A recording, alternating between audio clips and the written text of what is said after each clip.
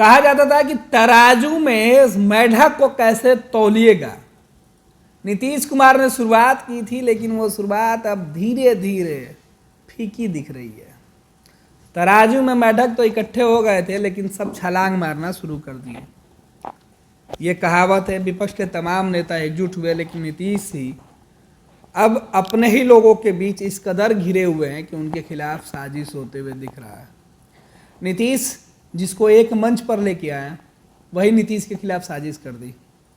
ममता ने जिस तरीके से नीतीश का नाम काट कर खड़गे का नाम आगे किए, उसके बाद अब यही सवाल है, क्या नीतीश की सबसे बड़ी विलेन के तौर पर ममता दीदी हैं? क्योंकि दीदी ने नीतीश के आप पर कतर दिया है। तेज विपक्ष के लोग मोदी जी को हराने के लिए तो बैठल थे, लेकिन स्थिति खराब होते दिख रहा है। देखिए, कहावत है गणेश में, मैं आपको बता दूं, बिहार में अक्सर आप ग्रामीण क्षेत्रों में जाइएगा तो ये सुनने को मिलेगा, डगड़ा का बैगन, जो न इधर का न उधर का। विपक्ष का हाल आज वही हो गया, डगड़ा का बैगन वाला उसका, उनके जो नेता हैं डगड़ा का बैगन वाला हाल हो गया। ना इधर रह पाते हैं ना उधर रह पाते हैं, ना उनको मोदी जी से लड़ने के लिए कोई मुद्दा मिल पाता है, ना वो लड़ना चाहते हैं तो बात बन पाती है। स्थिति ऐसी है कि कोई बोलते हैं कि हम फलना चीज़ करेंगे तो कोई बोलते हैं हम चिलना चीज़ करेंगे।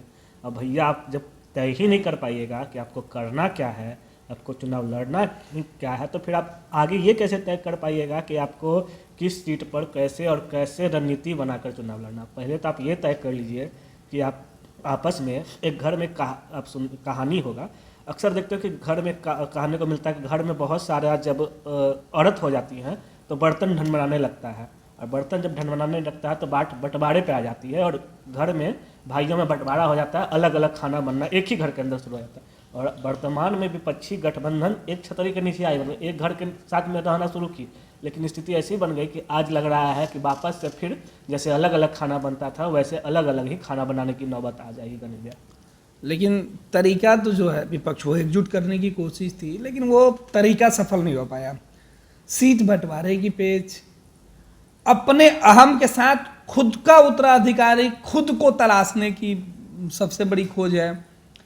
ममता बनर्जी ने जिस तरीके से पूरी बैठक में यह कहते हुए कि कांग्रेस की तरफ खड़गे साहब का नाम आगे कर दिया जाए प्रधानमंत्री के लिए, भाई साहब खड़गे साहब कितने लोगों को अपनी बातें समझा पाएंगे, ये तो समझ नहीं। ऐसा लग रहा है कि विपक्ष मोदी को हराने के लिए नहीं बल्कि मोदी को जिताने का काम कर रहा है। बिल्कुल। आप गणेश भाई, आपको भी अच्छी तरह से मालूम होगा, आप बहुत दिनों से राजनीति देखते हैं। यही ममता बनर्जी है जिनको कांग्रेस से नाराजगी रहती थी। जब पश्चिम बंगाल में चुनाव होता है तो कहती हैं कि हम कांग्रेस को जानते ही नहीं हैं, कांग्रेस क्या है हमको मालूम ही नहीं है। जब सीट छोड़ने की बात आती है तो ऐसे जगह पर सीट छोड़ती है जहाँ पे वो मालूम है कि हम चुनाव जीत ही नहीं सकते हैं, ऐसे जगह पे वो जाकर सीट छोड़ती है कि हाँ हम आपको ये 2 जगह पे सीट देंगे विधानसभा में। तो भैया जब आप कांग्रेस से इतना प्रेम आपको उमड़ रहा है, खड़गे जी को आप कहते हैं कि प्रधानमंत्री बना दीजिए, तो भैया आप सीट क्यों नहीं छोड़ने के लिए तैयार होती हैं दीदी? सवाल तो ये है ना कि आप वहाँ जब जाती हैं, जब आपके राज्य में चुनाव होता है तो आप ऐसे सीट क्यों कांग्रेस को देती हैं जहाँ पे आपको मालूम है कि हम अगर चुनाव लड़ेंगे तो जीत नहीं है। कभी दे के देखिए अपना सीट कांग्रेस को, कभी ऐसा सीट दे दीजिए जहाँ पे आपके सांसद जो है या आपके विधायक जो हैं वो चुनाव जीतते हैं। तपेंदु अधिकारी वगैरह जो आपके जो नेता हैं, लीडर हैं, वो चुनाव जहाँ जीतते हैं उन सीट को कांग्रेस को देकर देखिए, तो वहाँ तो आपकी बात बनती नहीं है। कांग्रेस को जीतने की बात नहीं, बात ममता ने जो गेम खेला ना, ममता गेम खेल रही है। ममता जो बार बार कहती थी कि खेला हो, बस वही खेला ये हो, गठबंधन में खेला हो कि ममता ने ऐसा खेला खेलबो कि ना अब नीतीश रह गए घर के ना घाट के। और देखिए लालू प्रसाद यादव की चुप्पी भी इस मामले में कई सवाल खड़ा करता है। देखिए सबसे बड़ी बात है कि जिस 5 राज्यों में चुनाव हुआ, चुनाव का रिजल्ट आया, कांग्रेस की स्थिति आप देख ही सकते हैं, डामाडोल वाली हो गई, ना इधर के ना घर के ना घाट के बचे।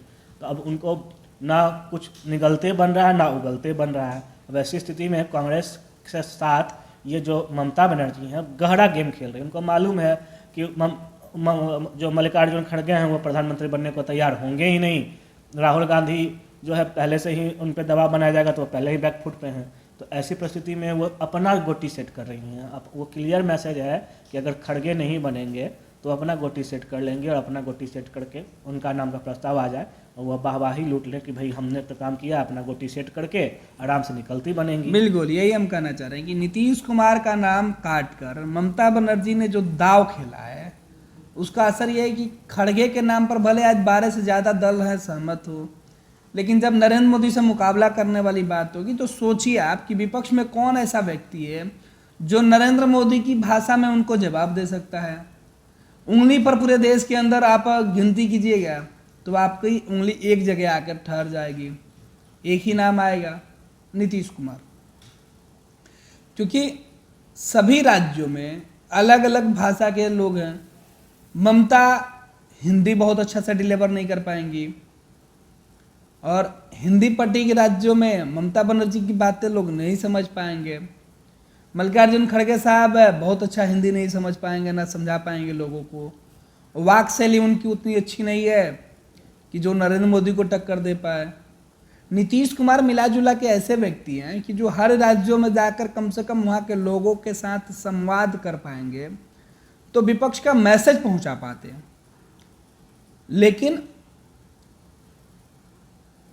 लालू प्रसाद यादव भी अच्छे वक्ता हैं, लेकिन लालू प्रसाद यादव चुनाव में हिस्सा नहीं ले सकते हैं, कानूनी मामला है। लालू प्रसाद यादव चुनाव बीमार भी हैं और उम्र दराज भी हो गए। नहीं, कानूनी मामला सबसे बड़ी बात, कानूनी मामला भी है, तीनों चीजें। तो लालू प्रसाद यादव नरेंद्र मोदी के सबसे बड़े आलोचक के तौर पर या नरेंद्र मोदी को जवाब देने वाले हाजिर जवाबी के तौर पर अगर किसी की चर्चा की तो लालू प्रसाद यादव थे। शरद पवार साहब की स्थिति जो है सबको पता ही है। मैं रोकना चाहूँगा, वैसे भी लालू के बारे में कहा जाता है कि लालू किंग मेकर रहे हैं। किंग बनने से ज़्यादा उनको किंग मेकर बनना ज़्यादा पसंद है। तो लालू अगर यहाँ भी हैं तो वो खुद बता चुके हैं और खुद उनके बातों से आप देखिएगा, उनके बयानों पे गौर फरमाइएगा तो किंग मेकर की भूमिका, मतलब उनकी भूमिका है कि आप राजा बनाइए, और वो राजा बनाने की भूमिका में सजग हैं। वो आराम से राजा बनाने के लिए बिल्कुल पर्याप्त, और कहते हैं कंप्लीट पैकेज है लालू यादव। अखिलेश यादव की उम्र अभी बहुत कम है। दूसरा कि अखिलेश यादव की छवि उत्तर प्रदेश से बाहर बहुत कम निकली हुई है, तो उनके ऊपर बहुत भरोसा नहीं कर सकते हैं। ममता बनर्जी नेशनल लीडर तो हैं, लेकिन वो नेशनल लीडर अपने आप को स्थापित नहीं कर पाई हैं। राष्ट्रीय स्तर पर ममता बनर्जी की पहचान बहुत ज़्यादा है, नहीं बंगाल से बाहर वो नहीं निकल पाई।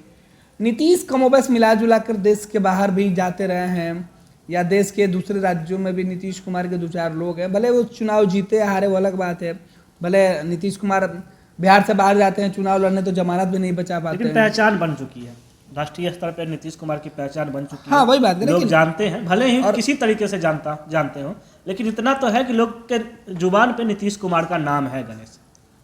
और सबसे बड़ी बात है कि बीजेपी के साथ काम करने का अनुभव नीतीश कुमार के पास है। नरेंद्र मोदी की एक एक कमजोर जो नब्ज है ना, वो नीतीश जानते हैं दबाना। और मालूम है कि कहाँ पे हम सुई लगाएंगे तो अधिक दर्द होगा और कहाँ से हम सुई निकालेंगे तो कम दर्द होगा। यही बात है कि नरेंद्र मोदी को भी अगर किसी व्यक्ति से डर लगता है तो उसका नाम नीतीश कुमार है। बिल्कुल। तो बीजेपी भी नहीं चाहेगी कि नीतीश कुमार को विपक्ष का चेहरा बनाया जाए। अगर बीजेपी के लिए 2024 का चुनाव जीतना है तो विपक्ष जो अभी गेम सेट कर रहा है ना, ममता ने जो दाव खेला है, अगर खड़गे का नाम सामने आता है, गांधी परिवार से कोई सामने आता है, तो बीजेपी के लिए क्लीन स्वीप करने का ऑप्शन है। बिल्कुल, बीजेपी के लिए फिर चुनाव रहेगा ही नहीं। बीजेपी कहीं ऐसा ना हो गणेश कि वो जो दावा कर रहे हैं कि 350 सीट से प्लस ले आएंगे, तो ये कहना मतलब मुश्किल नहीं होने वाला। अगर मल्लिकार्जुन खड़गे चुनाव में उतरते हैं तो बीजेपी आसानी से, हमें लगता है जहाँ तक हमारे सोर्स बताते हैं उसके अनुसार 300-350 का आंकड़ा आसानी से पार कर जाएगी। विपक्ष का ये तुक है कि दलित प्रधानमंत्री। भाई साहब, कब तक दलित स्वर्ण और ओबीसी में बटे रहिएगा? कभी तो जाति धर्म से ऊपर उठिए। देखिए, प्रधानमंत्री के लिए दलित, सवर्ण, प्रधानमंत्री और राष्ट्रपति दलित क्या होता है? ये सब पद मायने नहीं रखता। क्यों किसी व्यक्ति के लिए आप सीमाओं में बांध रहे कि दलित होगा तो प्रधानमंत्री होगा तो दलितों का वोट? अरे देश में दलितों का वोट पाने के लिए केवल दलित चेहरा देख रहे हैं हम। प्रधानमंत्री एक ऐसा पद होता है गणेश जहाँ पे वो सबका होता है। डायनेमिक फेस आना चाहिए, डायनेमिक, जिनके चेहरे से ऐसा चमक आना चाहिए, जिनकी बातों से ऐसा आना चाहिए कि लोगों को लगे कि नहीं, ये हमें साथ ले सकता है और राष्ट्रीय मंच पर, हमारे देश अंतर्राष्ट्रीय मंच पे हमें तो अंतर्राष्ट्रीय मंच पे बात करना है। प्रधानमंत्री किसी राज्य का थोड़े होता है कि वो दलित हो जाए, कि पिछड़ा हो जाए, कोई अगड़ा हो जाए, उससे बात करना। क्यों मोदी जी क्यों फेमस हुए, यही बात है ना। क्योंकि वो अपनी डिलीवरी जो होता है ना वो देते हैं हर फोरम पे, तब तो दुनिया भर के लोग आज मोदी के मुरीद हुए हैं।